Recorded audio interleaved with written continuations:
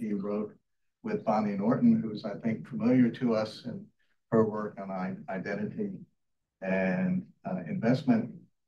And Ron is located in Vancouver, in the global north, maybe the global far north, right? But he's very interested in issues of social equity and learners in the global south, as well as learners represented by marginalized learners and migrants. He's done a lot of work along those areas.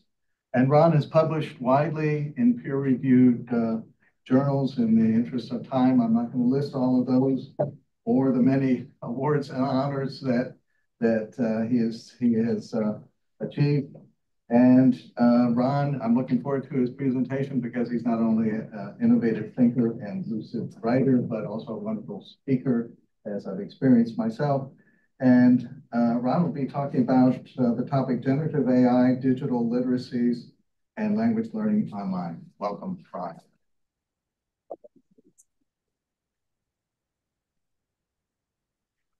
Thank you very much, Bob, for that kind of introduction. And I wanted to say thank you also, Carol, for the invitation to be part of this conference. I just want to make sure that everyone's able to see my screen as I start. Yep, all good? Okay. So earlier this year, OpenAI released GPT 4.0 and declared how this model was omnimodal, right? That is, it accepts as input any combination of text, audio, image, and video, and then generates any combination of text, audio, and image outputs. It can respond to audio inputs with an average of 320 milliseconds, which is pretty similar to human response time in a conversation. I don't know if any of you have experimented with Google Notebook LM, another fantastic tool where I tried plugging in kind of like one of the articles that, as Bob mentioned, that I've co-authored with Bonnie Norton. And within seconds, of course, it's able to churn out a set of FAQs, a study guide, an outline, and after 4 minutes or so, generates a podcast with two people talking to each other about that particular article, right? So you can see, of course, like in the past, just how many years, how this technology has evolved. And I don't know if you've been able to follow this trend that happened kind of like a few months ago. One of the questions that I posed also to ChatGPT was this: how many R's are in the word strawberry? Seems like a very simple question. Here's what ChatGPT had to say. There are two R's in the word strawberry. And I tried to argue a bit and say, no, actually, there are three. And ChatGPT apologizes, but clarifies that no, indeed, there are only two R's in the word strawberry.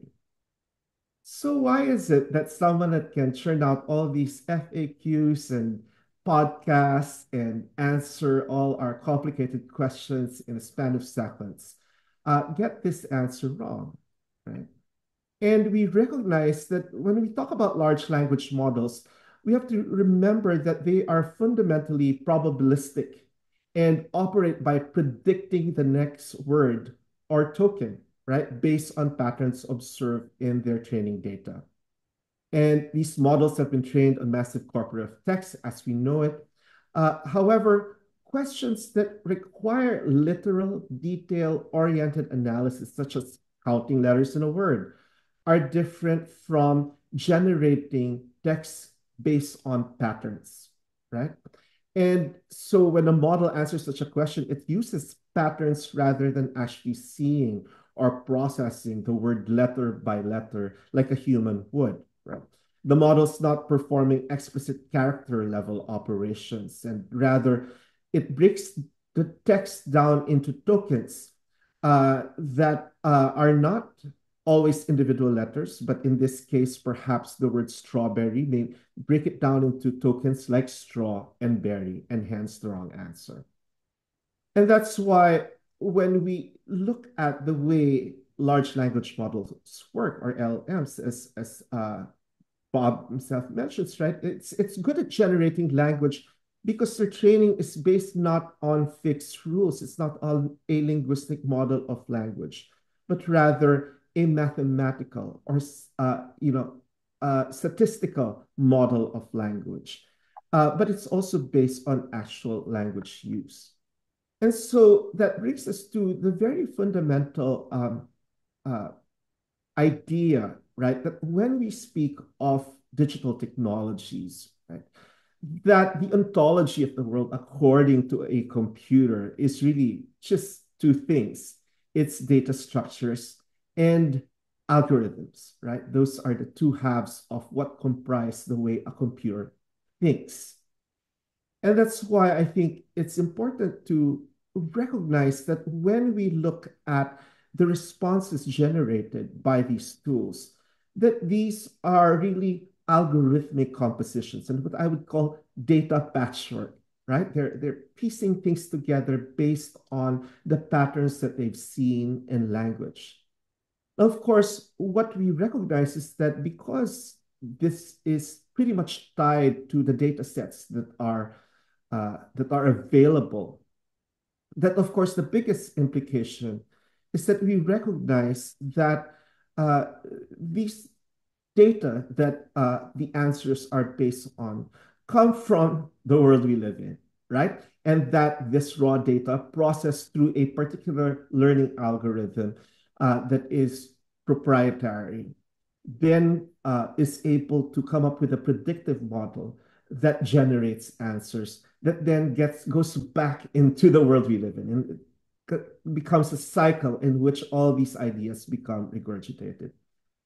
And recognizing the importance of this reality, I think, brings me to one thing that's very important to understand about these tools is that they are able to gather together in assemblages, right?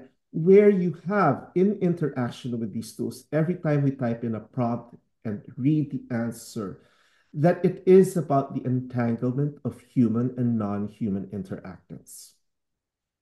But one essential thing that we also have to remember is that by choosing these tools to mediate this kind of interaction, that there is a materialization where matter becomes agentive, right? That is because it's able to cobble together certain answers that are interpreted by users. They are able to engender effects in the world.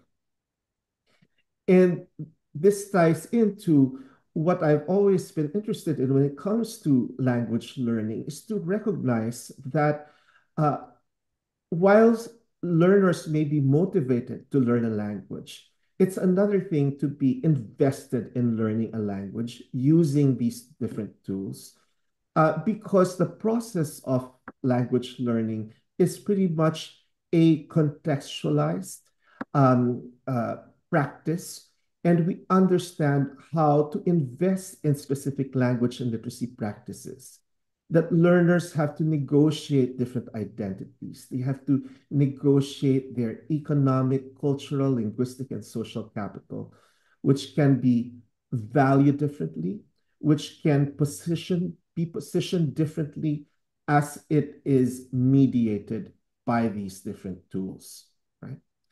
And that's why when I think about what it means for L2 learners to invest in the digital literacies that allow them to navigate these tools, the generative AI tools, I understand how, as theorized by Jones, for instance, that it really is about what people do with language, how they put together these prompts, and how it comes with your own cultural capital, your own knowledge, certain predispositions. But what we're doing really, in the same way that when we read and write a book, is that we are assembling and interpreting these linguistic and semiotic resources to achieve various intentions in digitally mediated spaces. Now, if we think about these digitally mediated spaces, then we understand that the platform itself uh, plays a huge role in the way these interactions take place, right? Powell, Nyborg, and Van Dyke have talked about platformization as becoming a key concept in understanding our interaction with these tools, because not only are they able to penetrate the different economic sectors and spheres of life, it reorganizes our cultural practices and imaginations, right? And that's why Tanya Butcher would talk about a programmed sociality, that is where the architecture of a medium, the design, and also the algorithms are able to organize information in dynamic ways. And being able to do that is power, right? Because it is the power to construct conditions of possibility. Bob earlier mentioned about my conception of socio-technical structures, and recognizing that every time we interact with a particular tool, the way this world online has been arranged for us comes with very specific intentionality by the designers. And so, in the same way that when we enter a room and engage with others, where the chair is, the window, the door, the way the chairs in a classroom are organized, shape that kind of interaction. And in the same way, when we participate online on these different platforms, the way these linguistic and semiotic forms have been arranged reflect not only an intention to direct behavior or steer behavior in particular ways, but also that they have particular technical purposes in being able to collect the kind of data that that these platforms would need from us as users. And that by arranging that world in a particular way, by steering people to particular kinds of behavior online, what evolves through time, as Steve Thorne talks about, are historically sedimented associations that accrue to that tool, what he calls cultures of use. And because of that, there are expectations of what we believe are uh, the conventions and norms, right, of the particular genres that are made available online, right? That we know what it means to participate on Instagram and how to churn out texts that are Instagrammable, that we learn eventually how to be able to craft prompts uh, in ChatGPT so that we can get the responses that we want. And so, bringing that back to the notion of investment, we understand that uh, learners uh, approach these tools with certain dispositions, with certain ways of thinking about what these tools are for. And that comes with an understanding of what intentions can be realized through these tools. At the same time, students or learners would have to negotiate their different resources as they bring together their linguistic, semiotic, cultural, social, material resources that is in turn is negotiated by platform design, right?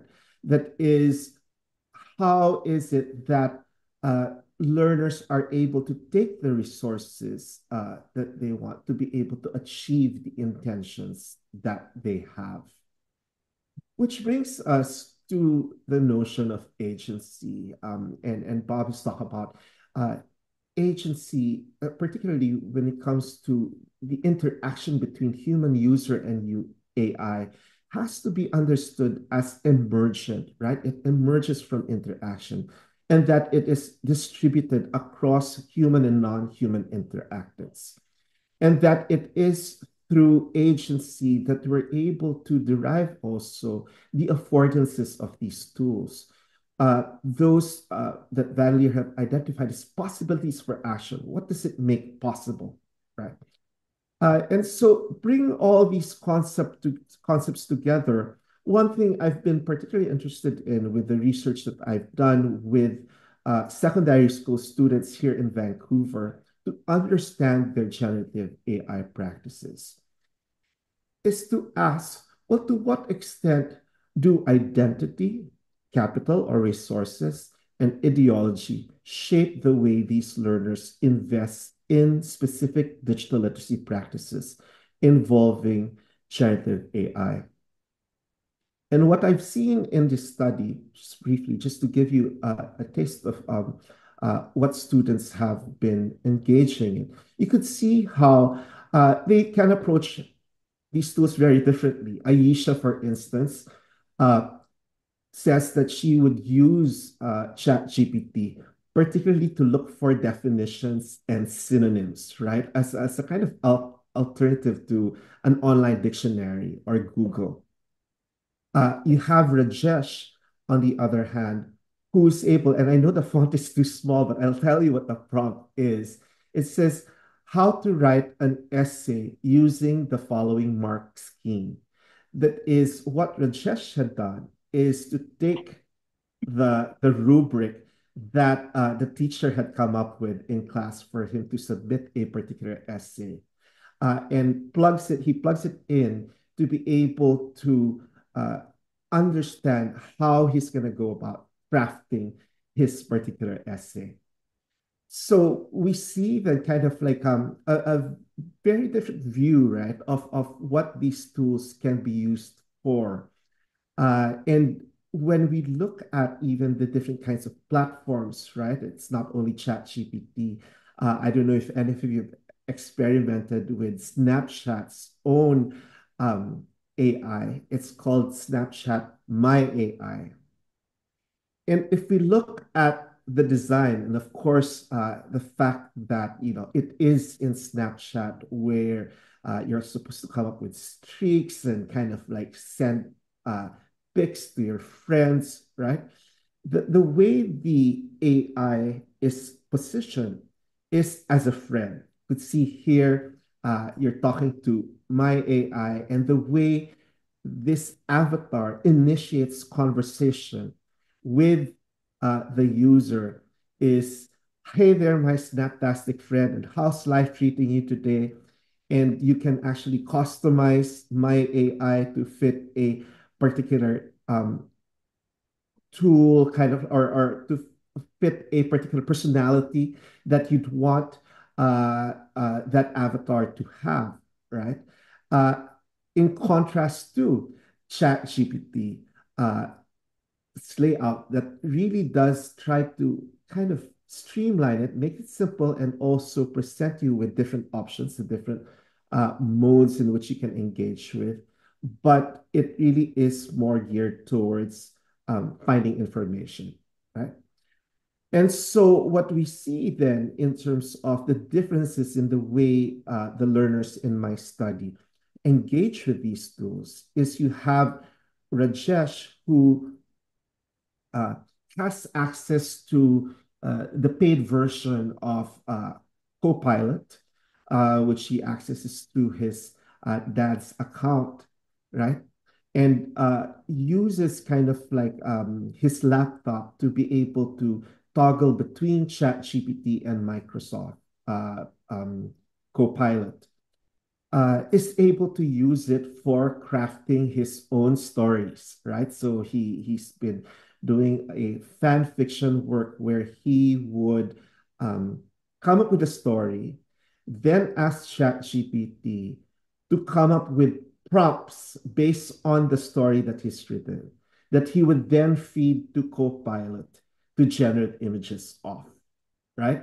When I ask him why not ChatGPT to generate images since you have the paid version, and he says, "Oh, because sometimes if his story is about killing or involves killing someone or someone who ends up kind of like injured, uh, ChatGPT refuses to come up with that image, whereas uh, Copilot does."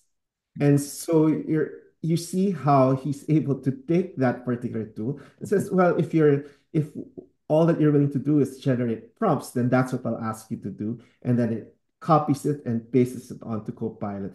And because he's doing it from a laptop where it's easy to move across the different platforms, then he's able to get the full affordances of these different tools. Now, Christine, on the other hand, who uses Snapchat My AI, you'll see at one point is trying to learn more about the fall of Rome. And I don't know if the font is big enough for you to read, but it says right before sentences on the fall of Rome, and my AI responds with, "Oh, the fall of Rome, it was a real bummer. You see, Rome was this massive empire," and you could see how the tone, because it's in Snapchat, where it's supposed to engage in really informal conversation, like a friend, that's the response that Christine gets. And it's only when Christine asks, and obviously you know that she's using it to do something for class, right? It says, can you write it like a teacher would? And that's when my AI begins to shift in terms of register. Now, what I think is interesting here is when we're talking about the differences, right, in terms of what kind of uh, access you're able to get, right, depending on whether you have the free version or the premium version or Snapchat My AI, which is also free.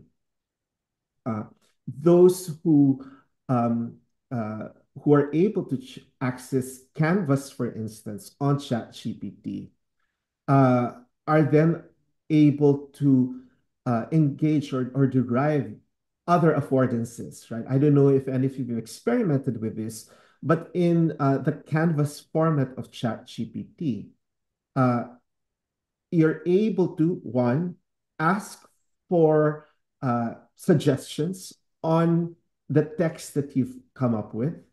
And what happens is that instead of revising in that single column, you would have these suggestions appear on the right the way you would in a Google document, right? uh, you're able to toggle between kind of like how complicated you want uh, the text to be. So it moves from kindergarten level to grad level, right? But at the same time, what does happen also in the Canvas version is that it encourages you to write something that is, you can edit directly the text that appears on ChatGPT. And so what you see here, right, is that when it comes to the capacity for agentive participation to be able to revise at will, rather than to just be delivered a particular answer at the end, a revised text, that this particular feature then enables these different ways of interacting with a tool. And so that brings me to the notion of, the inequalities of access, really, right? When it comes to uh, accessing not just the free versus the premium versions of a platform, but accessing from a phone or a browser. And you could see even the way, one, not only are the answers different, even if you may be asking the same question on these two tools, uh, answers may be longer in the browser version. And you could see how, of course, the layout that you have, because it's a wider screen, enables more opportunities for interaction. When it comes to understanding kind of like the other affordances, right, that made available, you have platforms like Character AI that the students in my study use, right, where you're able to choose a character with whom you'll engage with, one of which may be an interviewer who can help you prepare for a job interview. And we see been one student in my study using Character AI to ask questions about Indigenous peoples in Canada, for instance. And whether this is kind of like the appropriate tool to use for that kind of intention, depending on the character that he has chosen to engage with, right? We can see how character AI does state at the top, right? Remember, everything characters say is made up. Which is interesting. It's a warning that says, well, it is made up, but at the same time, it does turn out truth because the answer to the question that Ben had asked is actually factual, right? But how students then are able to determine when it is the truth or not the truth is something that they would always, of course, need to navigate. I've also seen how students who may use their home languages or their first language use the tool. The way these tools recognize different languages are, of course, unequal as well. You have Ayesha who tries to speak Malayalam to ChatGPT, tend to get answers in Tamil, right? Because between the two languages, Tamil would perhaps be the one that is more recognized language. And so right away, you see also that the presence of kind of like the languages that are made available depend also on the data that is available online for these tools to deliver an answer that is appropriate. Which brings me to my point of, well, how do we begin to understand then that because these tools really are, very much kind of like an individualized, or involve individualized interactions done in very private spaces, and where you get responses that are also very individualized. How do we begin to understand these inequities, right? And this is where I think kind of like uh, drawing on Blomart's notion of a materialist semiotics that recognizes that when we think about these signs, right, these symbols, that they are not just abstract phenomena, but they themselves are very material forces that reflect conditions of production and patterns of distribution. That is, it's tied to relations of power and the institutions that are able to design these tools in a particular way. And that the way these generated responses appear, the text that they're able to produce would index to some point some element in the context in which it occurs. That is, it points to, well, where are, what is the data that is the basis for the answers that we get, right? And so in understanding indexicality and understanding how generated text index particular ways of thinking, we recognize that to understand how these ideologies as normative set of ideas are materially mediated, how they appear in these different forms, right? And this is reflected in many different cases. We talk about ChatGPT as a way to get feedback on writing. And I tried a little experiment in terms of asking it to revise a particular prompt that to revise a particular text that I've taken from the internet, a short clip where a student is writing about Philippine English, right? And you'll see how it does come up with kind of like suggestions in terms of what can be used to improve the text. But if I show you kind of like the original beside the revised versions of this text, what becomes visible also is that there are clear differences in terms of the way voice is achieved, right? The stance, the authorial identity of the first person that the author had wanted to assert by saying, we cannot deny, I have realized since we have been, but then it's lost in the revision that is made to sound kind of like more academic. And that this revision reflects particular language ideologies in terms of what would be considered a good essay. Right? I don't know if any of you've experimented with Hume AI, which is just a very interesting tool where it's engaging in conversation with the tool. You choose a particular personality that you engage with. But as you converse, right, it is constantly reading the emotions in your voice, right? And so one, you can see how there are opportunities here in terms of learning prosody, the rhythm, the stress, the intonation of speech, right? But also at the same time, you recognize that, how it's able to recognize these prosodic patterns is pretty much based on standard language ideologies, where certain standard accents or prosodic patterns, right, are deemed correct. And that when it comes to understanding affect or emotion, the question is to what extent does it recognize that emotions like joy or anger is also, it varies widely between cultures, right? And so how it's able to interpret tone is another thing altogether.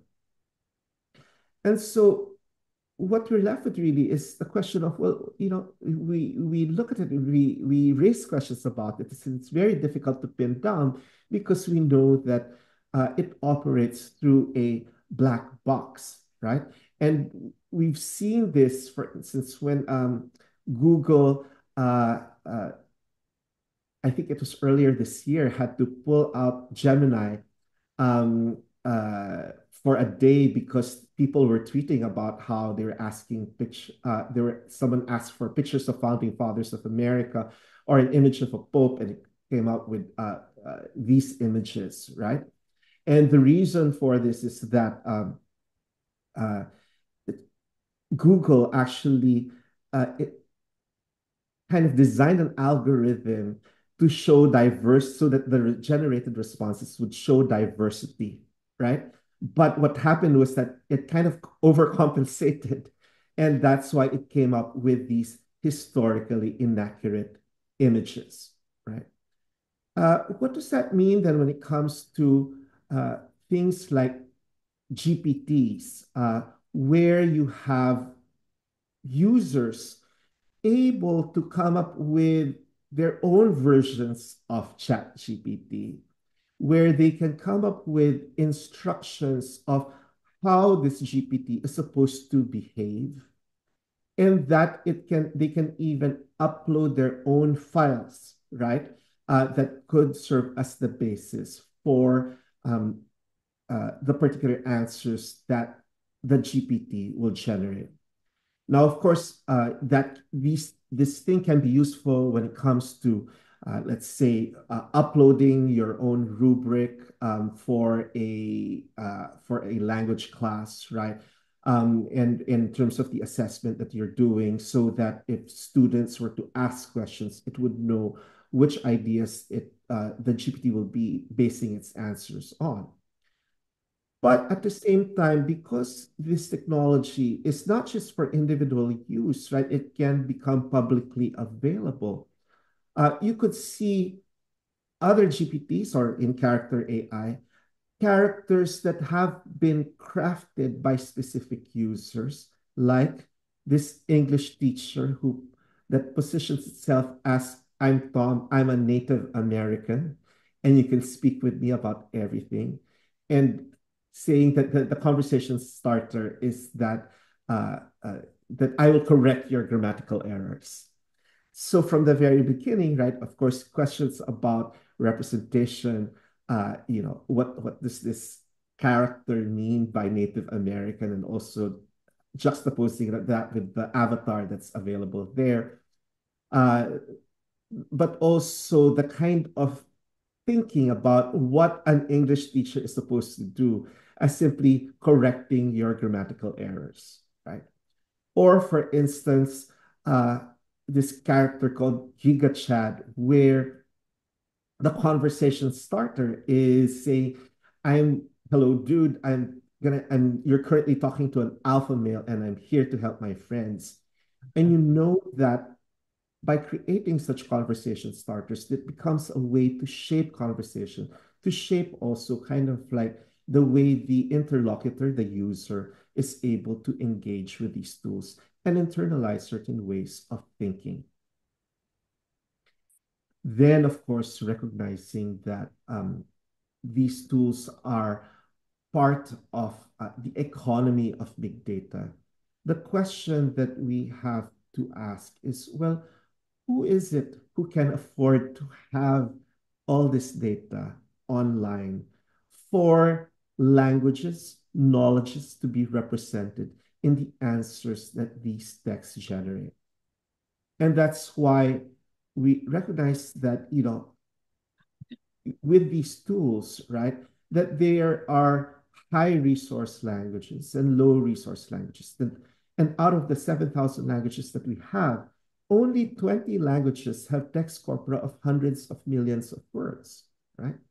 And so even, let's say, a language like Cantonese, which would have a global estimate of around 100 to 125 million speakers worldwide, pretty much same as Punjabi. While these languages are pretty much used by many speakers, they don't necessarily have a large presence online because of the nature it being a more spoken language than written. What does that mean then in terms of how these languages are then represented in the case of Aisha earlier, when it comes to using kind of like languages like Malayalam, and for these tools to recognize these languages. And that links also to recognizing that in the economy of big data, it's those that have a large presence online that gets uh, generated into answers. That even though you may be asking a question in Chinese and getting an answer in Chinese, it doesn't necessarily mean that the tool is taking data from Chinese sources, right? That is, ChatGPT, for instance, may initially derive information from the language that it is, that the conversation that's used in the conversation. But then at certain points when it is necessary for the tool to look for kind of like other sources, then it will go to sources in other languages. What that threshold is, again, is of course something that we would not really be aware of. And so the issue then of to what extent knowledge is becoming homogenized invisibly because it is concealed by the fact that we may be getting answers in different languages, but they are actually maybe drawing on particular sets of data that dominate the space online. And finally, one thing that I do want to mention also, which is key, especially stressing the materiality of these tools, is that when it comes to being able to generate these answers or come up with large language models require the work of data centers that are using up a lot of water, right? And so to cool these data centers. And that's why researchers have even said, right, every 5 prompts that you ask actually uses around 16 ounces of water at data centers.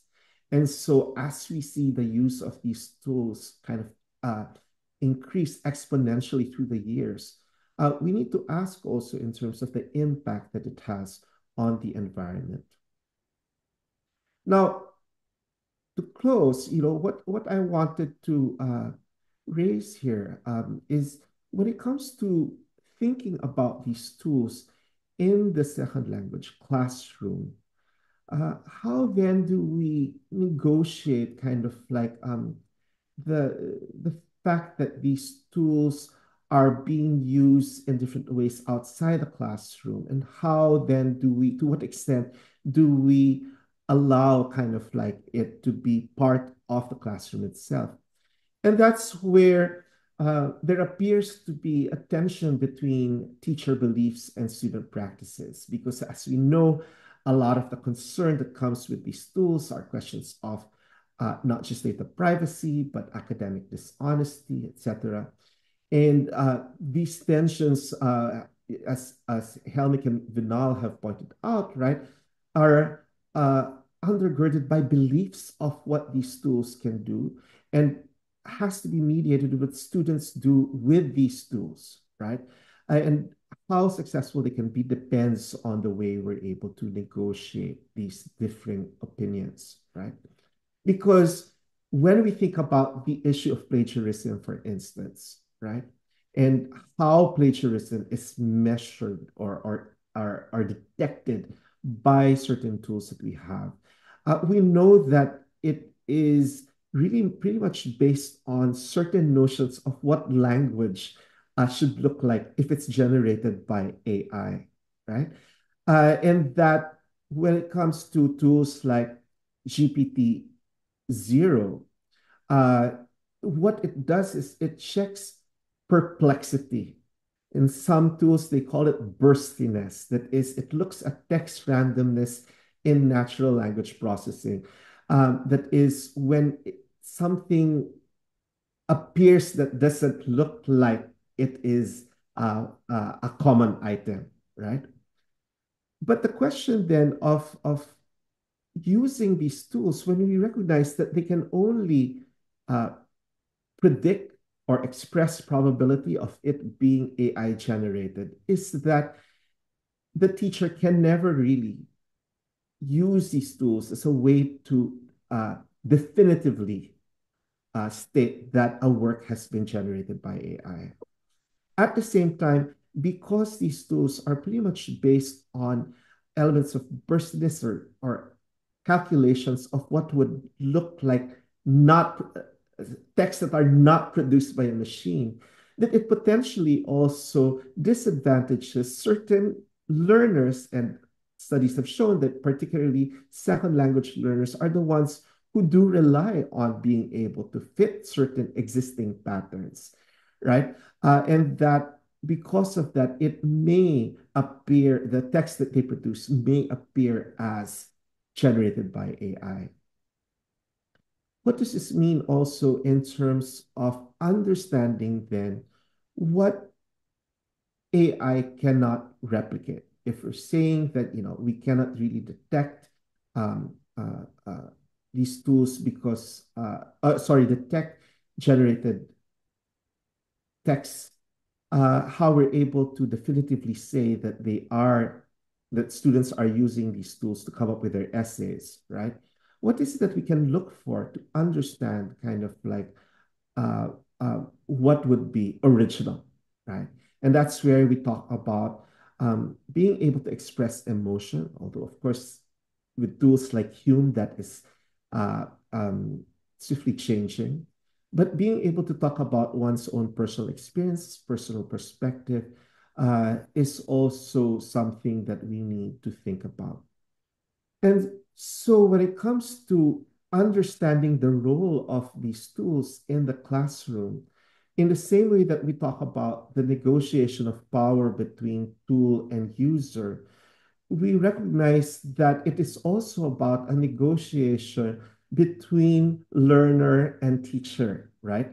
Because in the same way that we can say, oh, we're imposing certain expectations on students about what it means to use these tools, I think one of the questions that we need to ask is to what extent uh, do we also open up a space where we enlarge our own thinking about what kind of pedagogical possibilities um, are out there to be able to complement kind of like the fact that that these tools are being used by learners.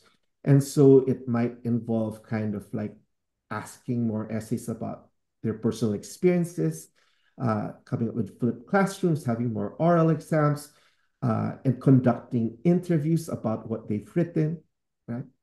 And also, finally, being able to engage them with more critical digital literacies.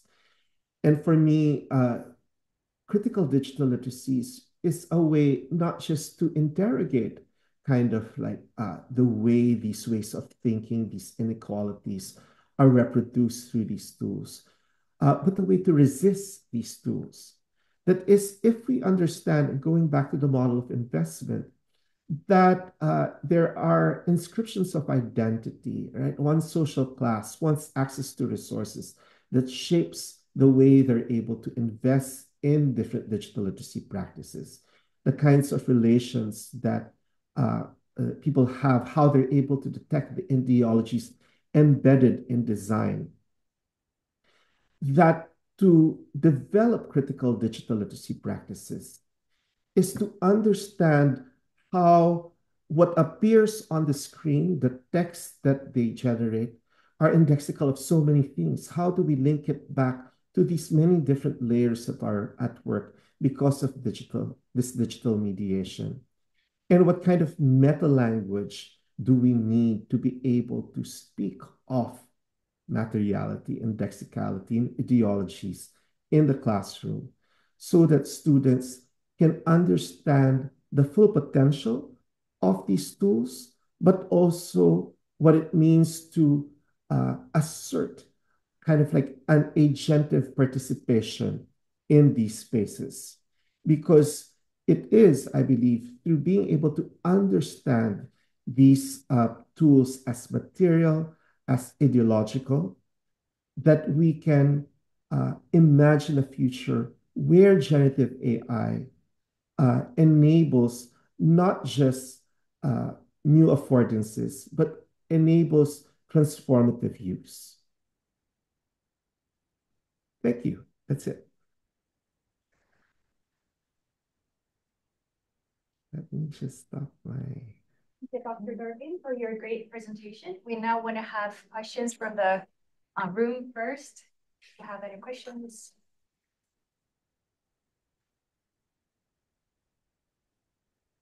Boom.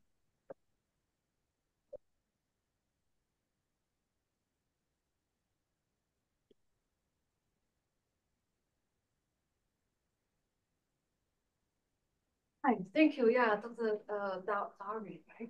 Yeah, thank you so much for this critical perspective that's really pioneering for the study on critical discourse analysis of AI generated content as well as the affordances provided by generative AI.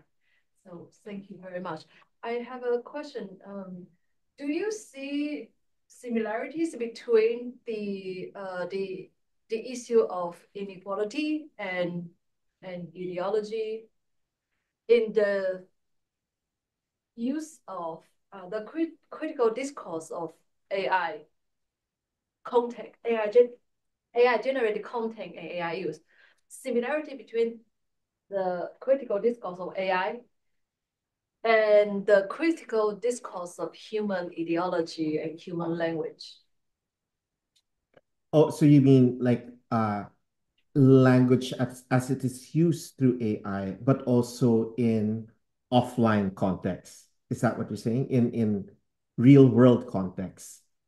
Yeah, because we as humans we also have this ideology and inequality issues in the real world offline discourse, and that's as you know that's a very big community studying response analysis. And are there some unique challenges posed by the critical discourse analysis of AI discourse, with AI discourse that's human?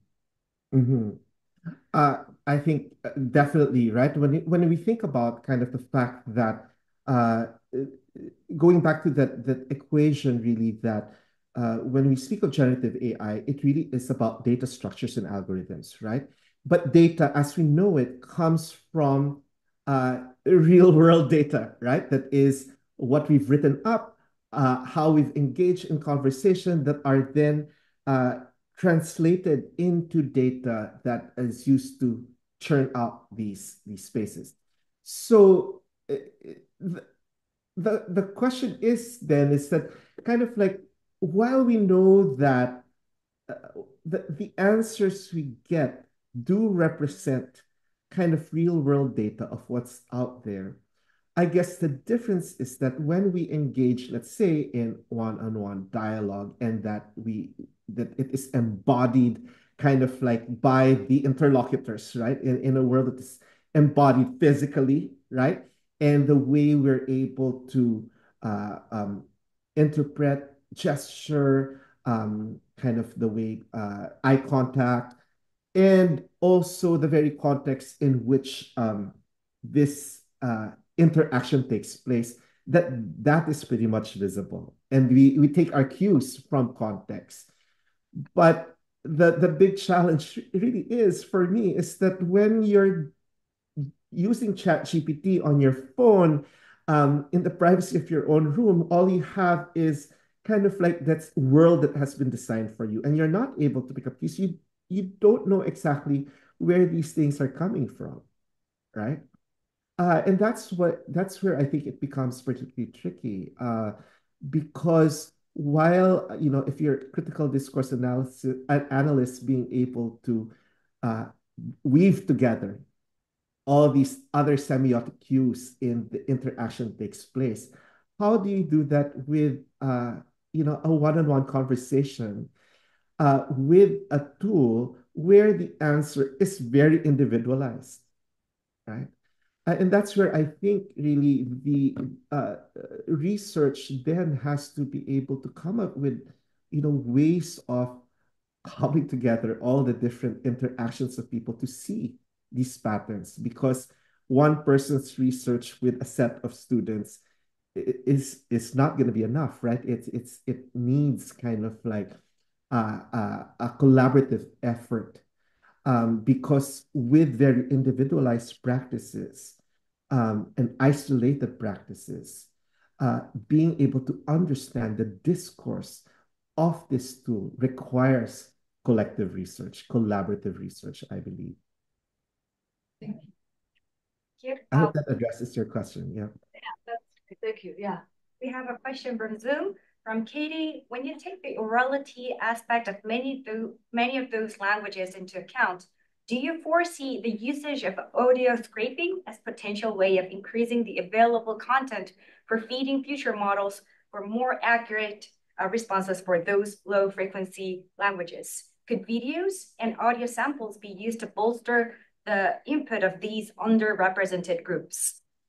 That's a fantastic question. In fact, I just didn't have time to. I had a slide originally, but if some of you may be aware, Meta has this new platform called Seamless M4T, right? And what it's done is, because we know, most of these tools through natural language processing goes from speech to text, and it's processed on the level of text and then text to speech, right? And that's why, let's say, in the example that I gave of Ayesha speaking to ChatGPT, speaking in Malayalam, the spoken answer appears to be in another language, in Tamil, but then it gets corrected in the written, right? So there's a difference between the spoken response and then the written transcript that appears. ChatGPT has a chance to correct itself, right?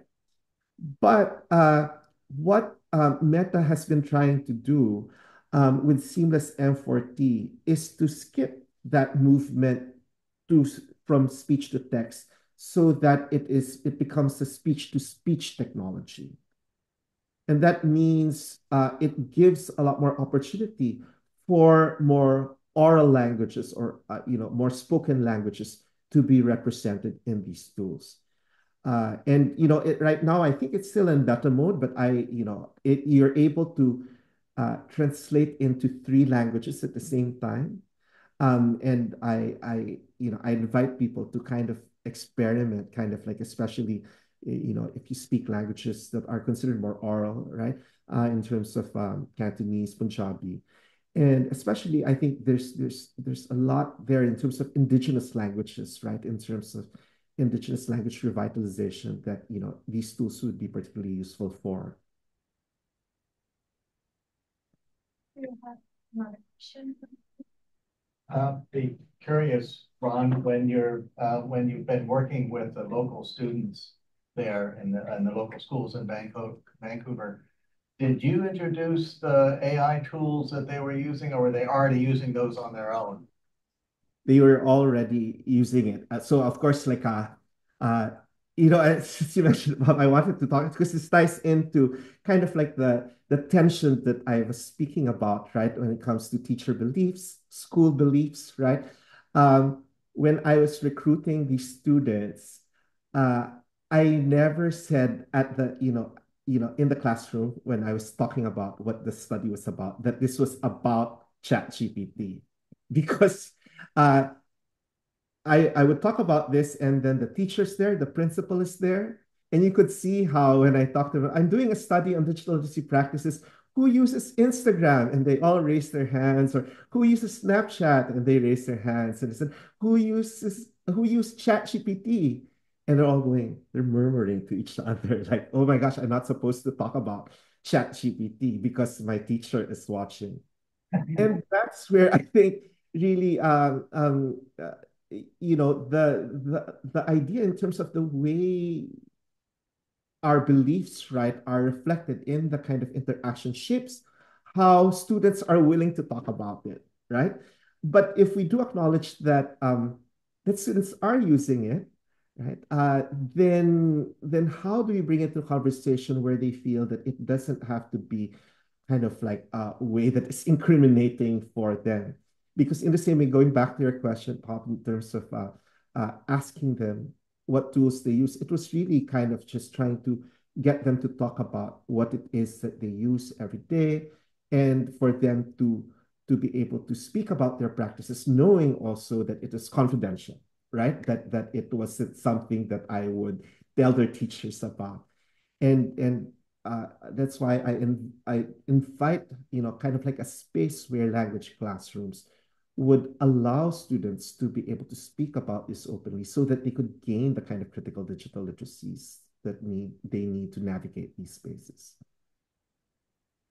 We'll take one more question from Zoom. In light of what you said about AI not being able to replicate critical thinking and self-reflection, do you have any tips for teachers in task creation that is, for lack of a better word, AI proof? AI proof. um, I don't know kind of like how exactly I mean, if you're engaging with a tool and you know that it really is a way to kind of make sure that you're getting accurate information. Uh, but I would say uh, being able to really engage in conversation with a tool is key, right? That is, you're asking follow-up questions. You're asking kind of like asking the tool to provide sources and to verify.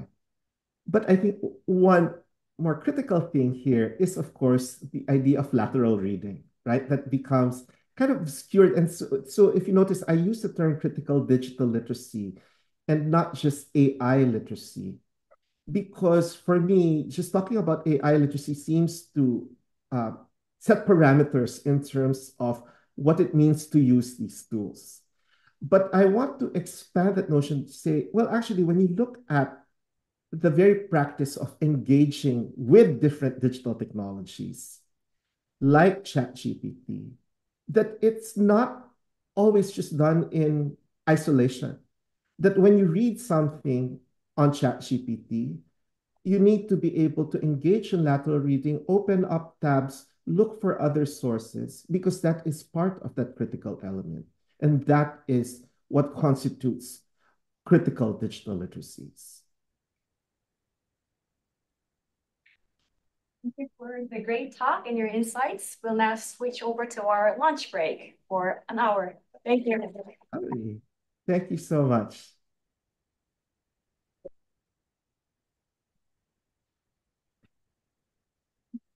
Hi, Carol. See ya. Thanks for having me. Enjoy your lunch.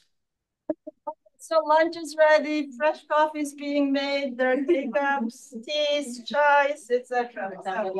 And remember to keep your cups for the rest of the day.